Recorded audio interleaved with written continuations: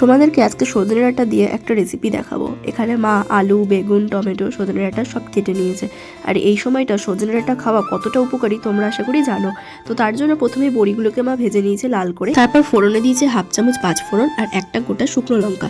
এরপর দিয়ে দিতে হবে কেটে রাখা আলুগুলোকে একটু ভালো করে নাড়াচাড়া করার পর এখানে সজনে ডাঁটাগুলো দিয়ে দিতে হবে। তোমরা চাইলে সব সবজি একসাথেও দিয়ে করতে পারো, বাট আমরা একে একেই করছি যাতে টেস্টটা ভালো হয়। এরপর দিয়ে দিতে হবে পরিমাণ মতো লবণ আর দেবো হাফ চামচ হলুদ গুঁড়ো। এরপর ভালো করে কিন্তু সবজিটাকে ভাজা ভাজা করতে হবে। এরপর দিয়ে দিতে হবে কেটে রাখা বেগুনগুলো দিয়ে আবারও কিছুক্ষণ সবজিটা ভালো করে ভাজা হয়ে গেলে দিয়ে দিতে হবে এখানে টমেটো কুচনো, হাফ টমেটো কুচনো এখানে আমরা ব্যবহার করেছি। এরপর সবজিটা আবারও কিছুক্ষণ ভালো করে নাড়াচাড়া করে খুবই অল্প সামান্য পরিমাণে হাফ চামচেরও কম লঙ্কা গুঁড়ো দেওয়া হয়েছে, যেহেতু উপর থেকে কাঁচা লঙ্কা দেবো। এরপর একটু জল দিয়ে কিন্তু কষাতে হবে, যেহেতু লেগে যাচ্ছিল কড়াইতে। তারপর জল দিয়ে ভালো করে কষানোর পর ঝোলের জন্য জলটা দিয়ে দেওয়া হয়েছে। এরপর দিয়ে দেওয়া হয়েছে 3-4টে কাঁচা লঙ্কা আর ঢাকা দিয়ে দেওয়া হয়েছিল। ঢাকা খুলে দেখে নেওয়া হয়েছিল আলুটা সেদ্ধ হয়েছে কিনা। এরপর দিয়ে দেওয়া হয়েছিল বড়ি। তাহলে কিন্তু রেডি আমাদের সজনে ডাঁটা, আলু, বেগুন, বড়ি দিয়ে তরকারি।